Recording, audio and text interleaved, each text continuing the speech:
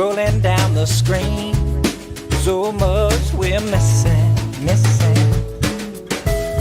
You say you got influence, people pay you dollars and cents, move that product around. I don't care too much for that. I don't care too much for that. I don't care too much for that. No, no, no.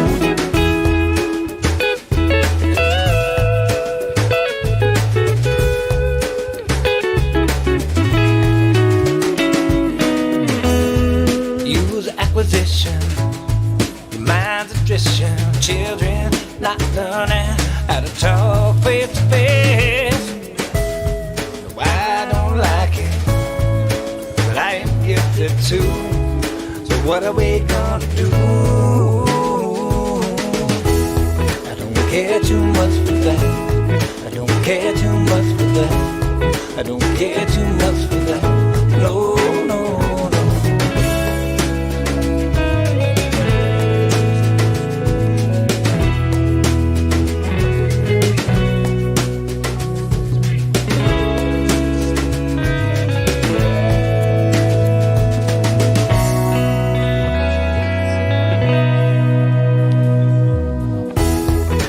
Care too much for that.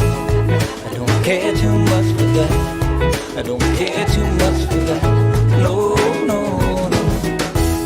I don't care too much for that. I don't care too much for that.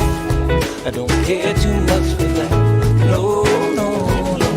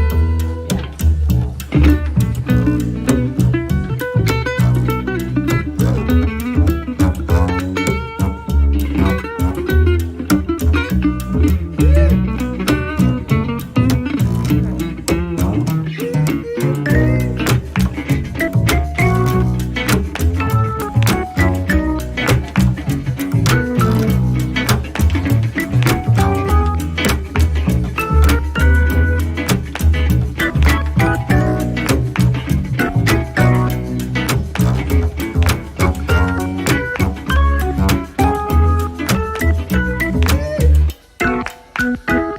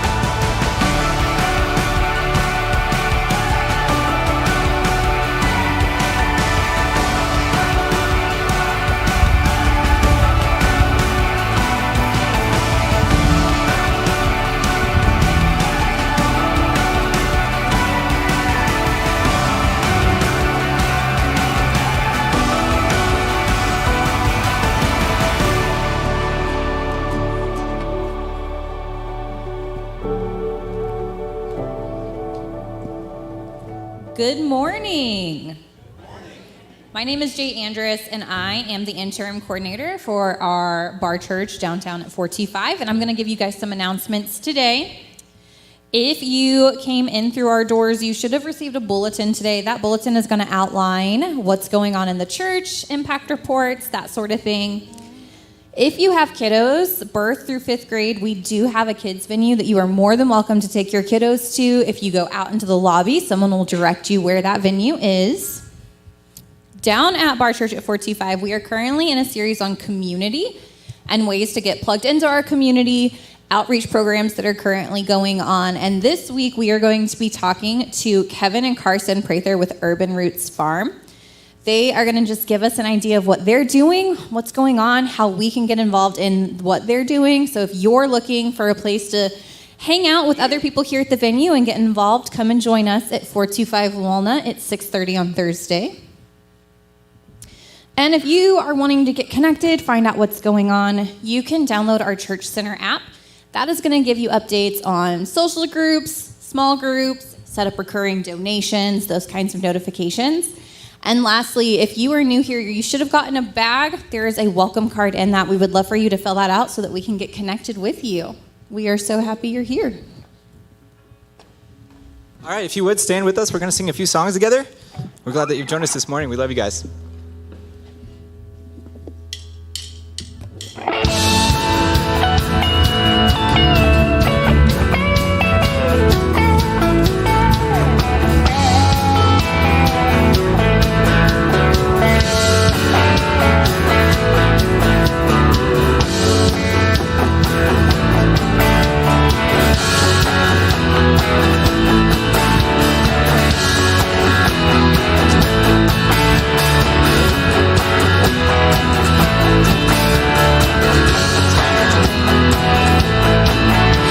Calling me over, you're pulling me close.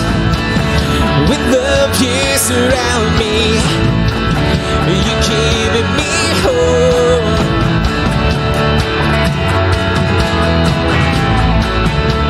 Taking me deeper, you're making me whole.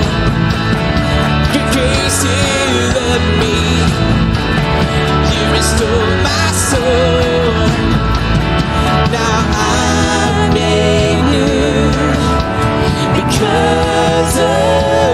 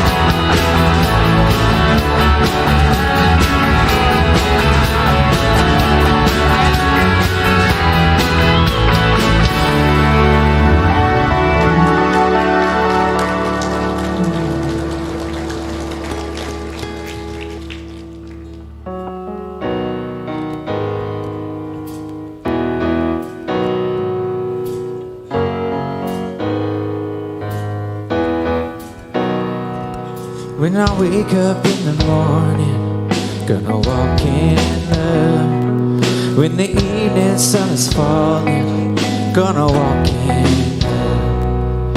Through the troubles of the day, gonna walk in love. Or whatever comes my way, gonna walk in love. Brother, sister, let us walk in love.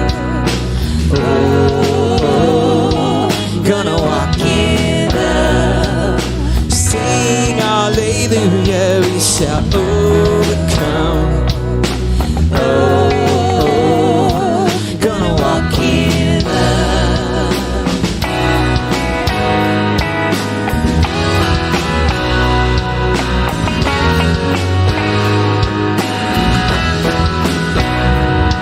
When my brother turns his back, gonna walk in love. When my enemy attacks, gonna walk in love. When I feel I don't belong, gonna walk in love. With no strength to carry on, gonna walk in love. Brother, sister, let us walk in love. Gonna walk in love. Sing hallelujah, we shall overcome. Oh, gonna walk in love. Oh, gonna walk in love. We shall come together, we shall live as one. Oh, gonna walk in love. Even in our suffering, we shall rise up. Oh, gonna walk in love. Oh, gonna walk in love.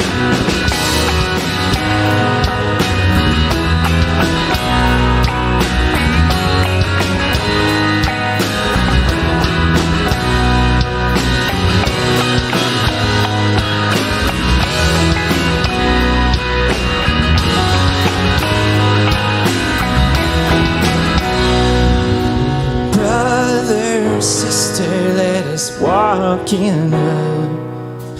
Oh, gonna walk in love.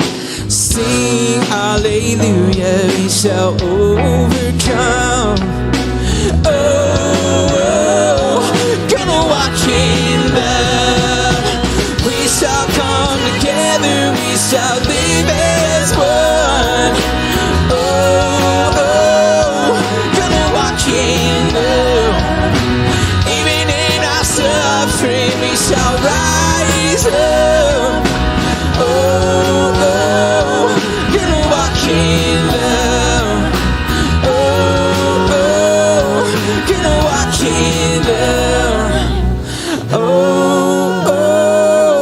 gonna walk in love.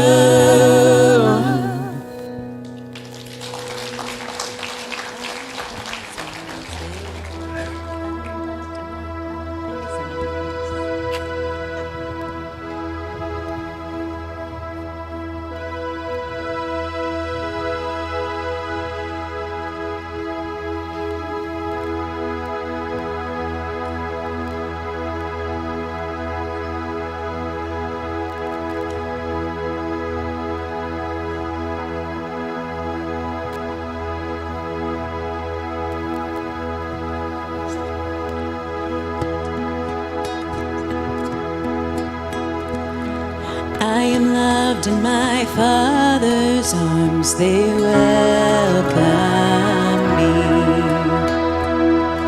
I was lost, but He brought me in. Oh, His love for me.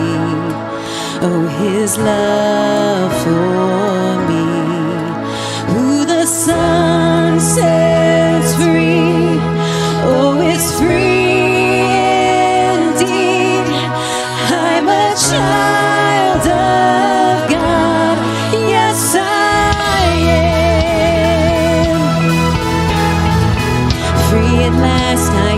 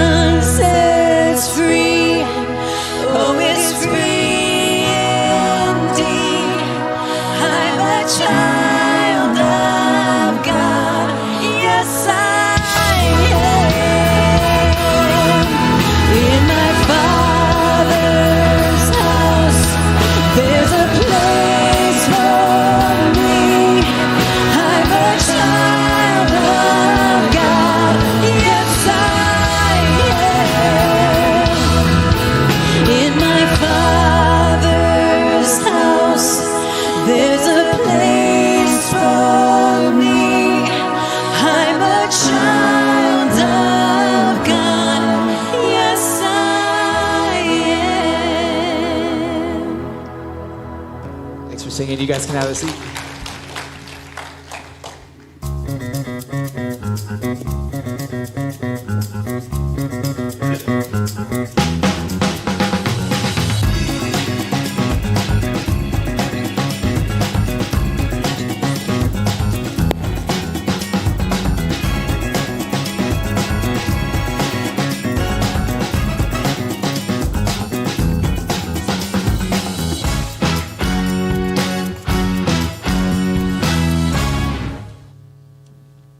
Hello again.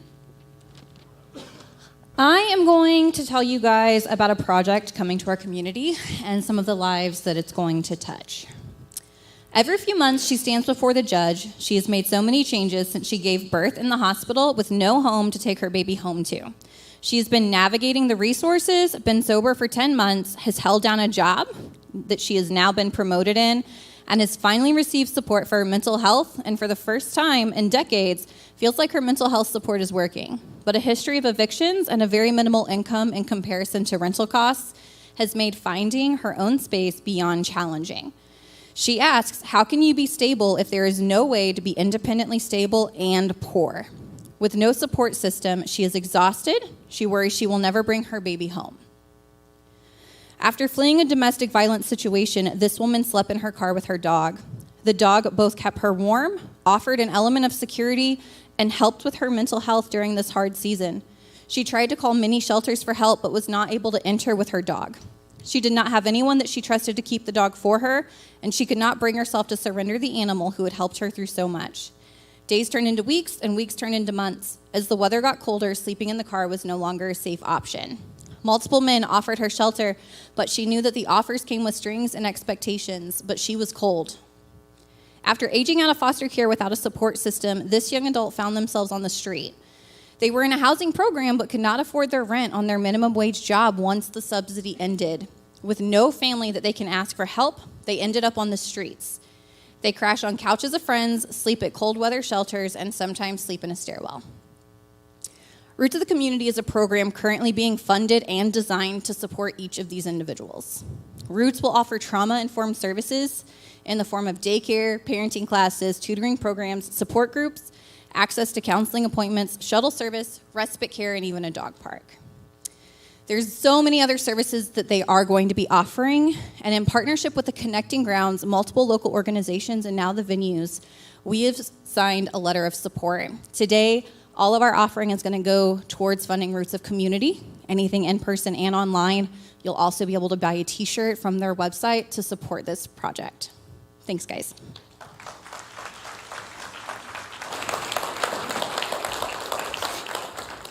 Thank you, Jay, and thank you in advance for your positive response to this very much needed effort for unsheltered friends. So while we receive our offering for that purpose, the band is going to play in honor of Father's Day. Happy Father's Day to everyone. And some experience sadness on Father's Day, and there are so many various reasons and challenges that come along with this holiday. But the band is going to sing a song written by Will Hogue called Strong. And this is a reflection on a positive father and a desire to be a positive father. Will says this about the song: we were trying to portray what we loved about our fathers, and we're talking about the fathers we want to be. We have kids, he and his band members. That's what the song was born out of. So we'll pray, receive this generous offering that you will give, and the band will lead us in this song.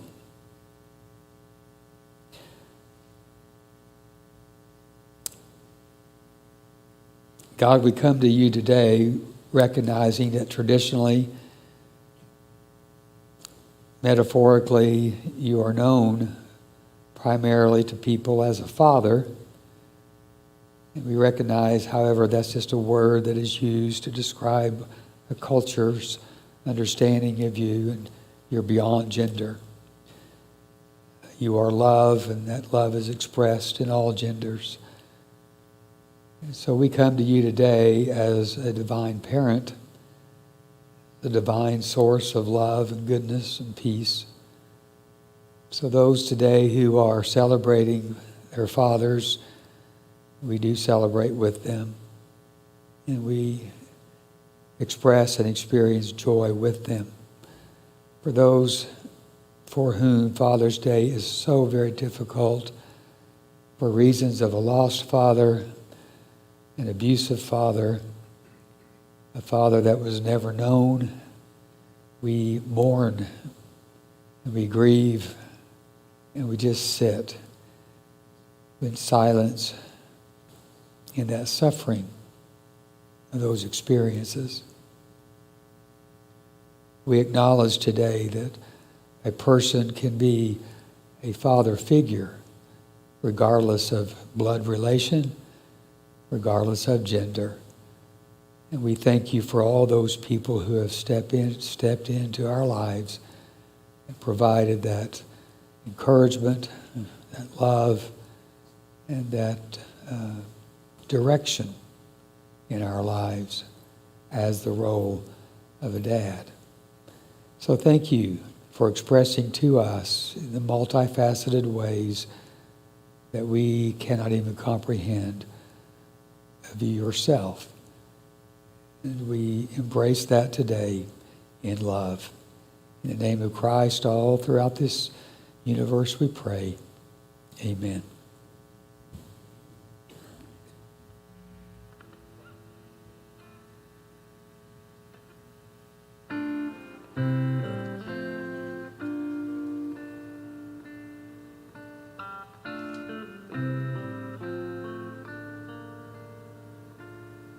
He's a 20 years straight, get to work on time. He's a loved one person for all his life. He's a shirt off his back, give you last time. He's strong.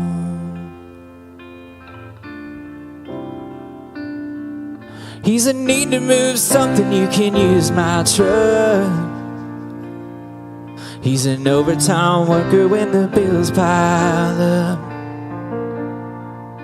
And everyone knows he ain't just tough. He's strong. Strong. Well, he'll pick you up, he won't let you down. Rock solid inside out, somebody you can trust. Steady as the sun, ain't nothing gonna knock him off the road he's rolling on. He's strong.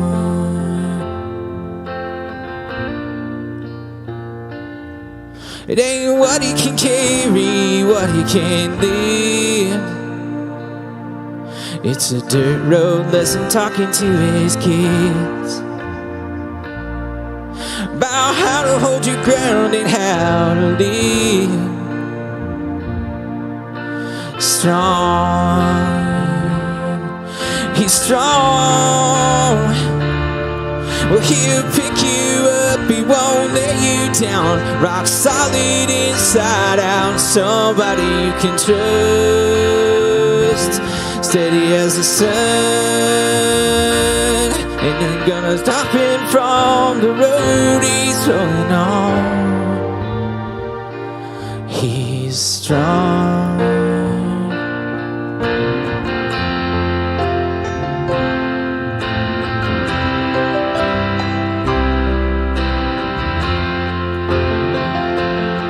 He's strong, like a river rolling strong. Gonna keep on going strong. When the road runs out, they're gonna keep on talking about how he was strong. Strong. Well, he'll pick you up, he won't let you down. Rock solid inside out, somebody you can trust. Steady as the sun, ain't nothing gonna knock him off the road he's rolling on. He's strong.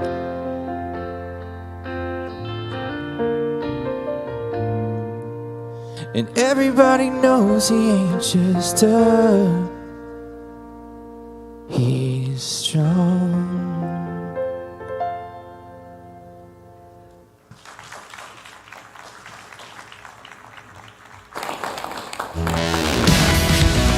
I'm going to carry this.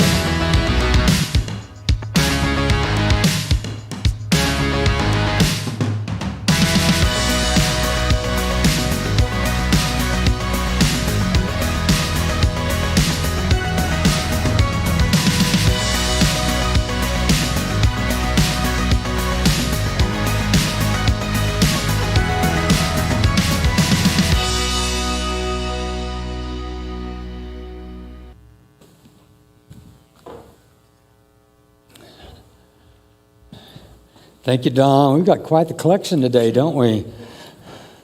This is going to be a really long Father's Day. No, not at all.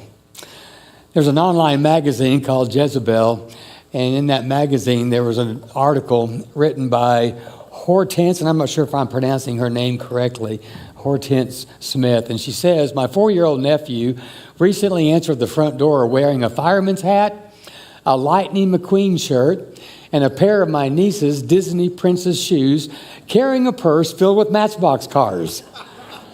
I like it. She said to him, you're a thesis.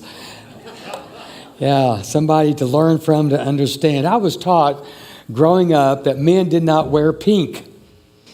So I wore pink today. Pink shirt, socks, belt, underwear, it's all pink today. It wasn't so much a verbal command not to wear pink, it was an implied. Men don't wear pink, men don't wear bracelets, necklaces. And so when I was 15, I bought a necklace. It was kind of a hippie thing to do when I was 15. It just did not go well at the preacher's house in which I was raised. And I didn't bring with me today, but I got it over there. Denise, will you hand me my black bag? Years ago, I started carrying a man bag. And you would just be amazed at how many looks I have been getting with this man bag. How many times I wish I had a nickel for every time somebody commented on my purse. And the more negative and the more critical and the more sarcastic remarks I got, the more flamboyant I wanted to become. I don't really even need the bag anymore. I just like to carry it now. But I do carry a lot of medicines in there for obvious reasons. We just have such issues over what is masculine and what is feminine. Now, where do you think this idea came that pink is for girls and blue is for boys? Where do you think that originated? Well, hasn't it always been that way? Not necessarily. There was a trade magazine called Earnshaw, and what they said, this is all the way back in 1918. The generally accepted rule is pink for the boys, 1918, and blue for the girls. Pink is more suited for the boy, while blue, which is more delicate and dainty, is prettier for the girl. Wow. 1927, Time magazine. Oh, this is one of the things that came with that magazine article and that trade magazine. For your birthday greetings and wishes, true for the best of birthday joys for you, the girl in blue, the boy in pink. In 1927, Time magazine had a chart listing some of the major department stores in the country and what each department store recommended the color for boys and the color for girls. But somewhere along the line, it switched to, it was just right for boys to wear blue and for girls to wear pink. A lot of historians think it goes back to Mamie Eisenhower, Dwight Eisenhower's wife. She loved pink, and she decorated the White House, almost every room in pink, so much pink that reporters began to call the White House the Pink Palace. And so that just caught on, a lot of historians think, in the country, and pink became associated with girls and blue with boys. But it makes me ask the question, I don't have an answer to the question. It does make me ask the question, though, how much of our view of gender is culturally conditioned? If pink was the color for boys in 1918, what switched? And how many other views of gender do we have that are similar to the color pink or blue? It's just shaped by, and we have turned what a culture's view of gender is into some kind of a moral, concrete truth. I don't know the answer to that, but I think it's worth considering the question. So since it is Father's Day, let's think about our perception of masculinity.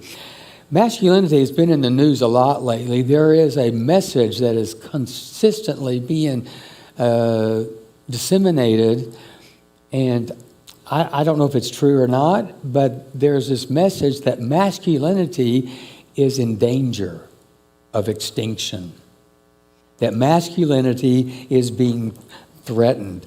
I've got some quotes. I have not assigned the person who said these things because maybe that's not that important, but they are all leaders in our culture today. Men feel that they can't be men. Society is trying to demasculate men. I am making masculinity, I will say that this, well, no, you can look it up. I am making masculinity a political issue. That is so sad to me. Why would masculinity or any other gender be a political issue? But since that gentleman brought it up as a political issue, one of my favorite resources is the Public Religion Research Institute. And in 2019, they did a survey that said 53% of Republicans think men are being punished for just being men. 23% of Democrats think that men are punished for just being men. 68% of those who watch a particular news network think men are punished for just being men.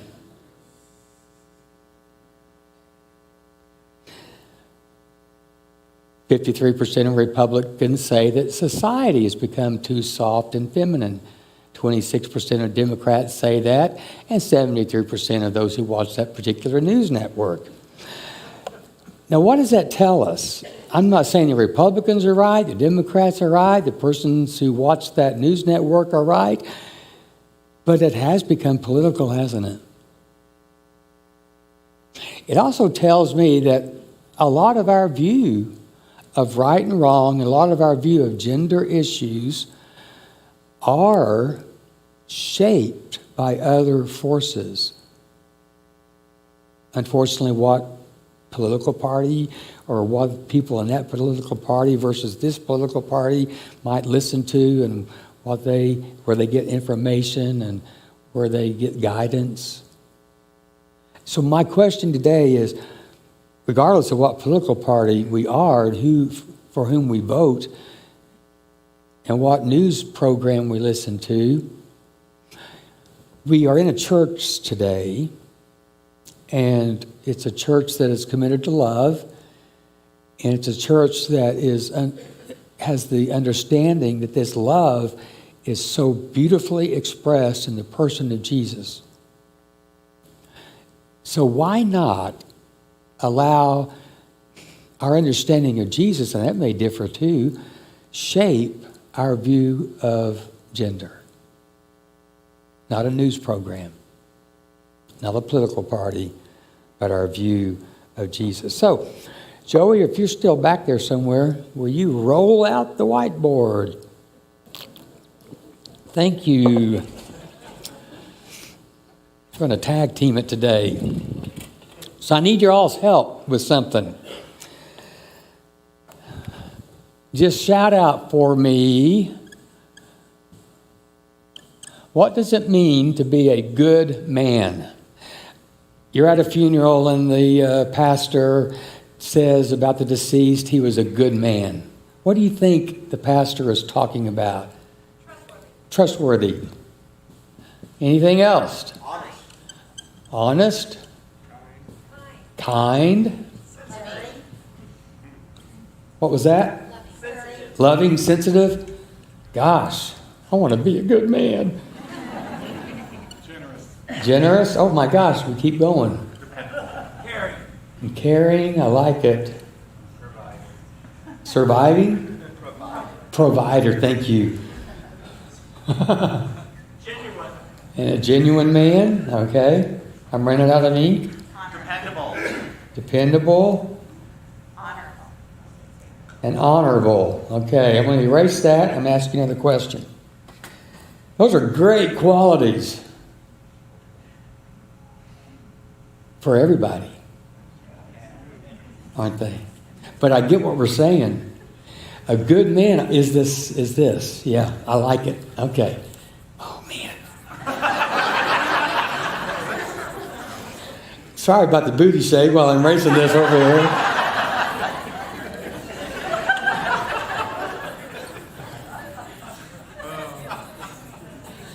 I love whiteboards.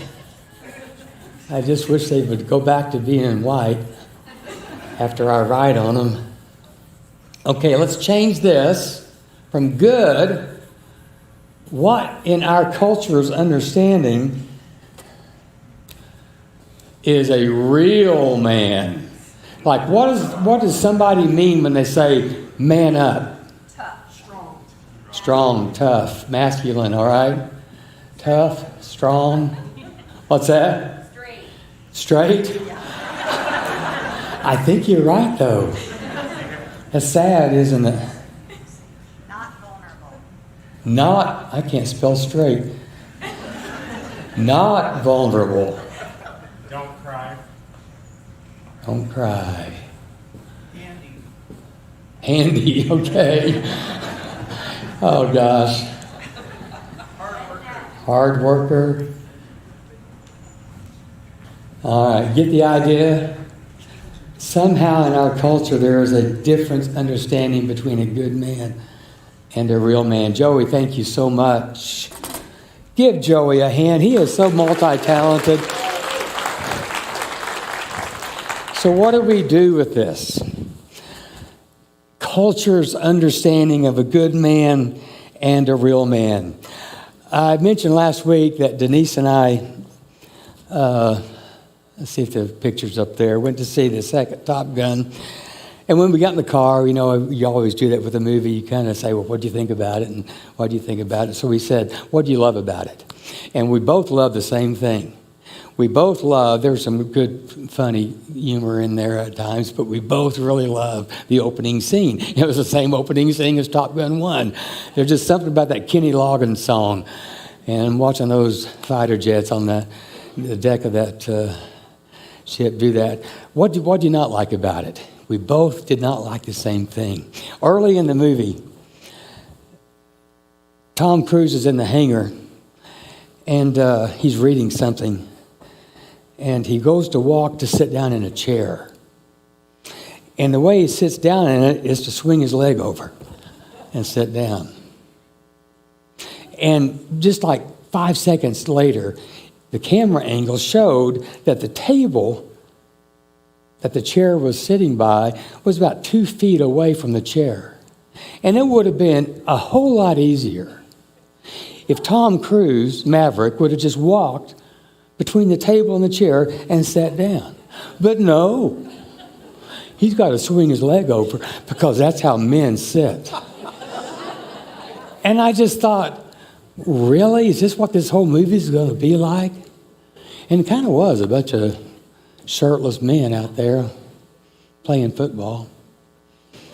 I didn't like that part because I can't go shirtless.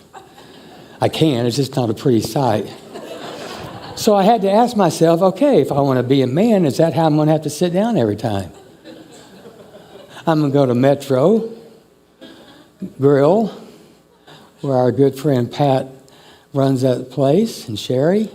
And instead of pulling the chair out and sitting in front, I'm just going to swing my leg over. Because that's what men do.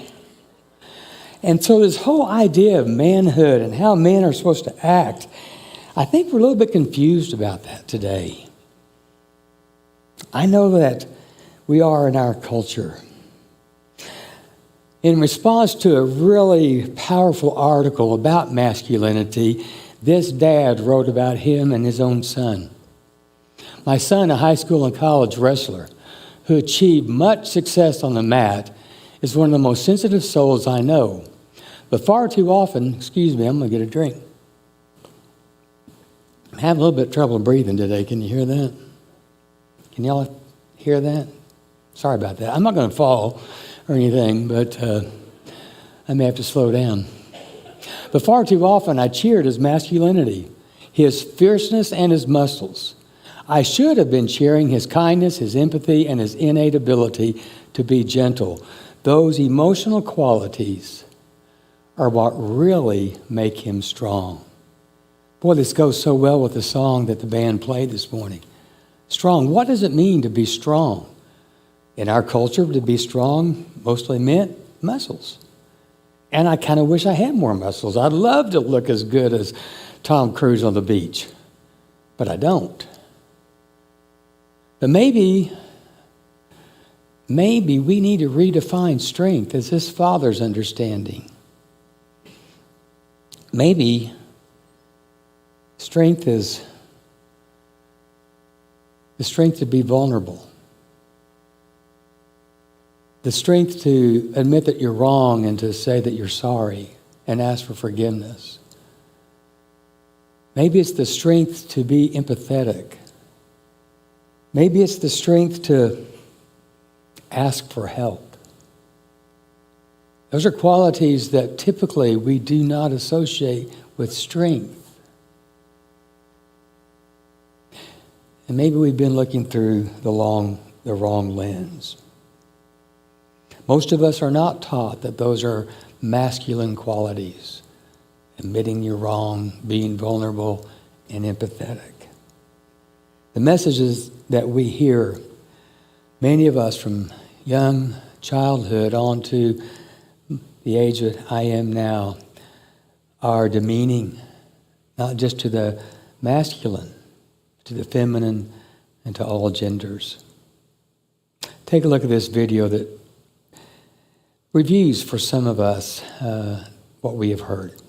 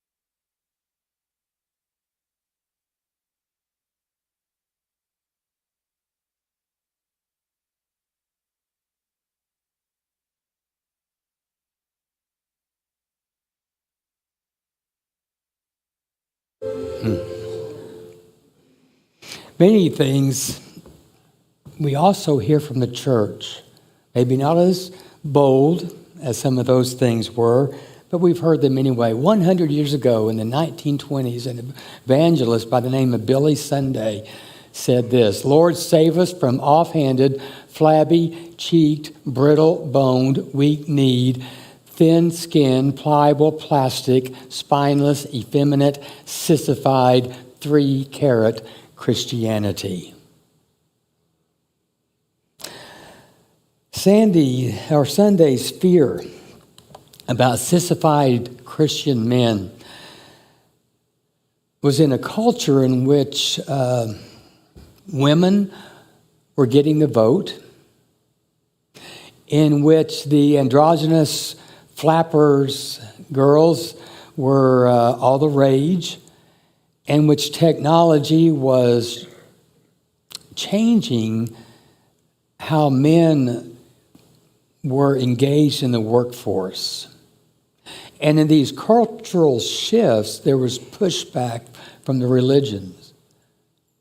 Now, we are going through some cultural shifts in our day, 100 years later, about our understanding of gender, what science is teaching us about gender, and what fairness is just teaching us and guiding us to do in gender.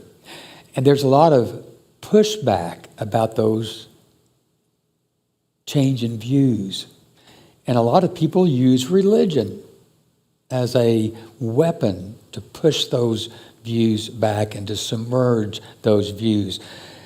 There is a professor of seminaries, Dr. Owen Strachan. He's a brilliant man and highly educated, but he says the gospel of grace takes men who have been softened by the devil and makes them hard, strong, lean, loving, and ferocious in pursuit of God and his glory. 1 Corinthians 16:13, act like men. Men aren't soft. Men must be tough in Christ. I don't know what Ryan Reynolds says about that. I'd walk through fire for my daughter. Well, not fire because it's dangerous, but a super humid room, but not too humid because of my hair. Yeah, tongue in cheek, but we get the idea. Let's go back to the professor. What does it mean by softness?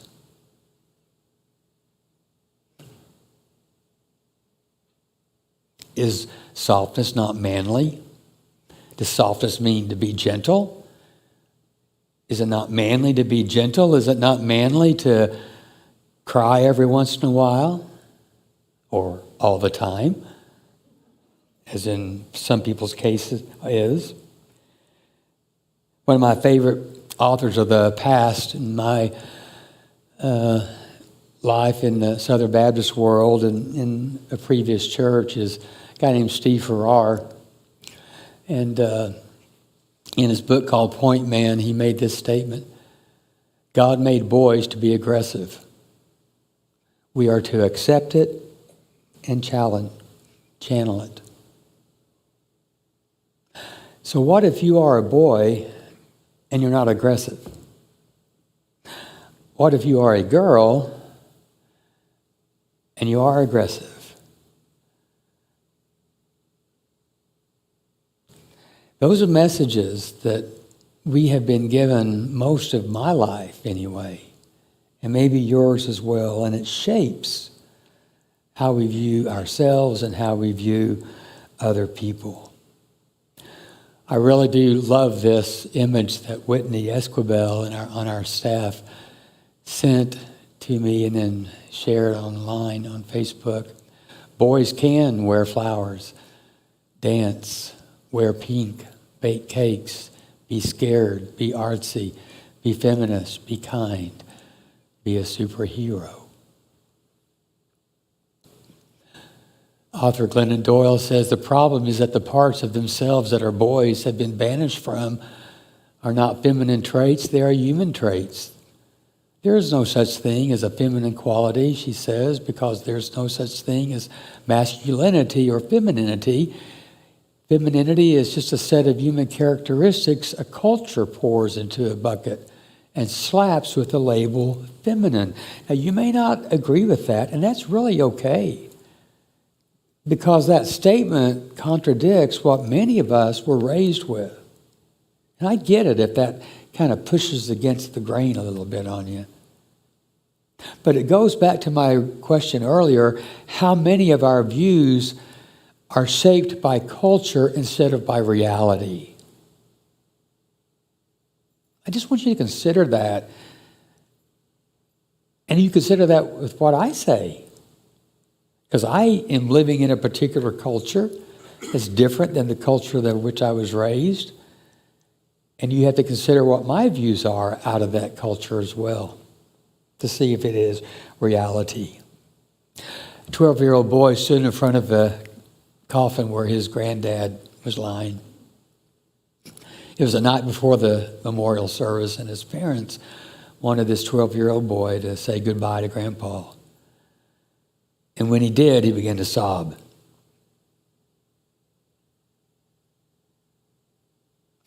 And the 12-year-old boy felt the strong grip of his favorite uncle on his shoulder. And his uncle bent down and whispered, "Chin up, soldier. Men don't cry."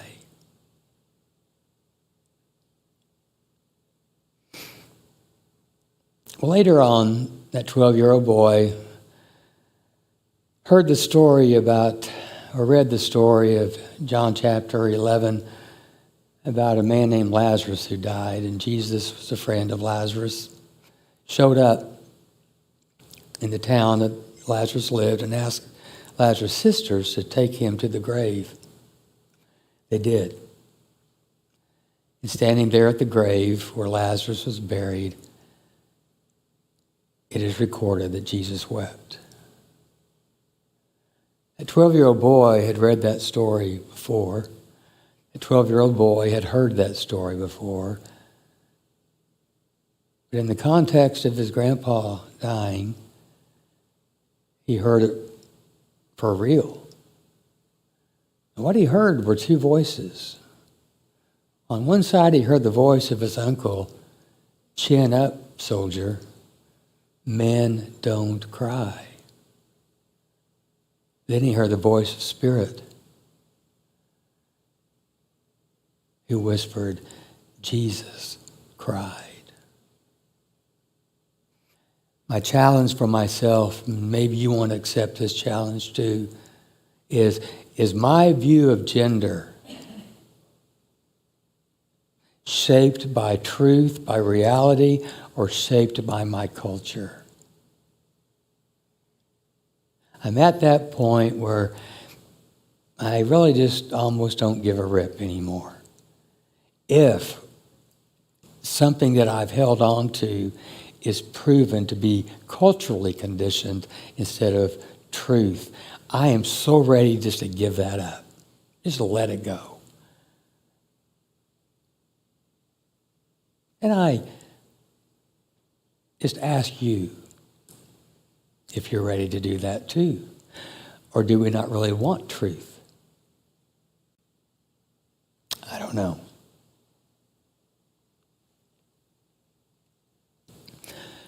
The goal of Christianity and the goal of living out as a person, whatever gender we are. And as we're talking about Father's Day today, typically male, the goal is not to follow the pattern of John Wayne or Clint Eastwood or Tom Cruise. It really is to follow the way of Jesus. And I've got to ask myself, is my view shaped by Jesus or by my culture? The American Psychological Association, after a 40-year intense study, they concluded that holding on to traditional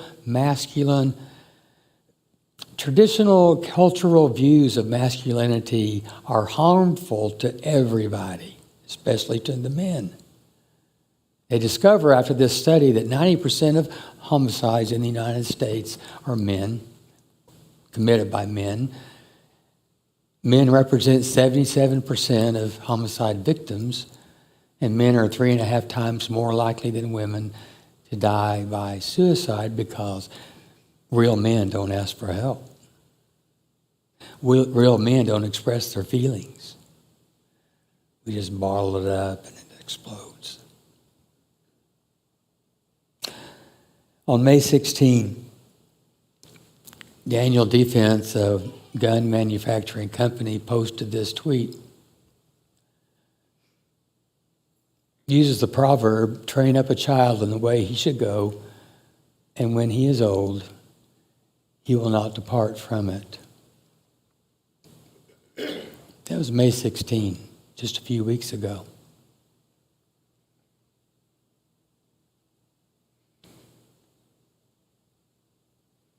What does that image do to you? Does it rub you you the wrong way? Does it disturb you? Or are you saying, well, Philip, why are you making a big deal out of that?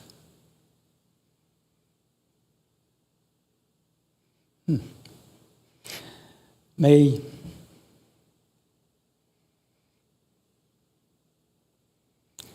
16, 2022.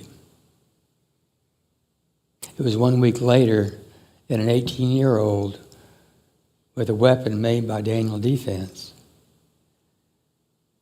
killed 19 children and 2 adults in Uvalde, Texas.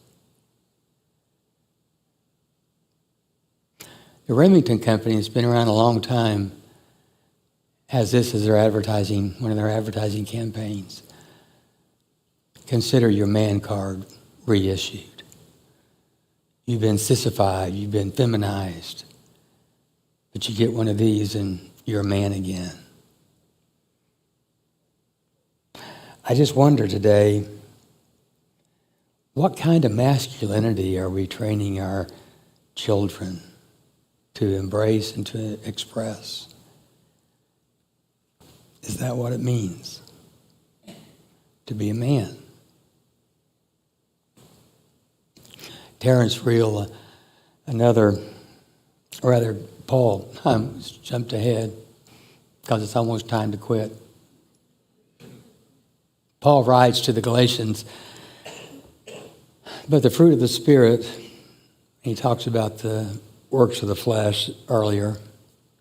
The fruit of the Spirit is love, joy, peace, patience, kindness, goodness, faithfulness, gentleness, self-control. Against such things there is no law. Saying if everybody practiced those, we wouldn't really have to have many laws. Look at those qualities: love, joy, peace, patience, kindness, gentleness. Do you see those qualities as, in our culture, more masculine or more feminine? Yeah, both. As I look at those qualities, and I remember studying this stuff when I was a kid, junior high, these qualities that are supposed to be characteristic of all people who are living by Spirit, those qualities really describe more of our culture's understanding of the feminine than of the masculine. Masculinity, not gentle, and not patient, and not peaceful, but it was to be aggressive, warlike, angry even at times. What I want us to do is to understand that maybe we have seen through the eyes, as we've looked at gender, through the lens of culture and not through the lens of Christ. These are the characteristics of all people, regardless of the gender, who live by Spirit. Your answer is right. Yes. All gender is to be characterized by that. Author and counselor Terrence Real says, boys don't hunger for fathers who will model traditional mores of masculinity. They hunger for fathers who will rescue them from it. They need fathers who have themselves emerged from the gauntlet of their own socialization with some degree of emotional intactness. Sons don't want their father's balls, they want their father's hearts. And for many, the heart of a father is a difficult item to come by. My question to you is, what will you do in yourself to create a healthy view of masculinity, a healthy view of all genders? Will you allow your view to be shaped more by Christ than by a culture? And it could be my view of masculinity as I see it through the lens where I'm trying to see through Christ is warped. It takes a community to talk about it, to work through it, to help each other understand it more clearly. And what can we do in our community for all of us to create a community where our views of genders are healthy and affirming and life-giving to everybody? It's really a special day, June 19, 2022. It's Father's Day. It's the middle of Pride Month. It's Pink Day. And I want to recommend a really good book. Whitney, again, recommended this book, Whitney Esquivel, Pink is for Boys. I've always liked pink. I recommend a book because this is Juneteenth today. Liberty, Freedom Day. The day that was recognized as the end of slavery. It was celebrated, it was recognized June 19 in Texas, 2 years after President Lincoln had called for the end of slavery, and Texas is really slow. They didn't get the message. And Free at Last. It's a great book for adults and for parents to read to their kids. The balloons that I have below are the colors of Juneteenth, and we celebrate that. We honor that today, and we embrace that celebration. Thank you all for working yesterday at the annual Juneteenth celebration in Springfield. Denise and I were in Branson doing a wedding, and so we weren't able to be there, but thank you for being such participants in things that affirm equality and justice in our world. Tough stuff today, I recognize that. And we don't have time for questions on the floor, but if you have any questions, I do hope that you will text us those questions. And if you really have some issues with what I said today, and if you don't have an issue, that's okay. But if you do have an issue, that's really okay. And if you do have an issue, don't just keep it to yourself. You know, let's go get a beverage and talk about it. I can learn from you. And me, I don't know. But I'd love to hear your thoughts and maybe areas of this in which you are really struggling. If you want to discuss this a little bit with friends or family, you can access some discussion questions and thought questions too. So thank you for being here today for a tough topic, and go celebrate freedom today for Juneteenth, and go wear some pink today. And I'll see you all next week. Thank you again. Joey? I'm over here. You're there. Thank you. I try to switch it up on you so I don't know where it comes from. I know it keeps my brain sharp. Appreciate it. All right, we're going to go ahead and say goodbye to everyone who's watching online. Thank you for joining us this morning. We love you guys and hope to see you next week. For the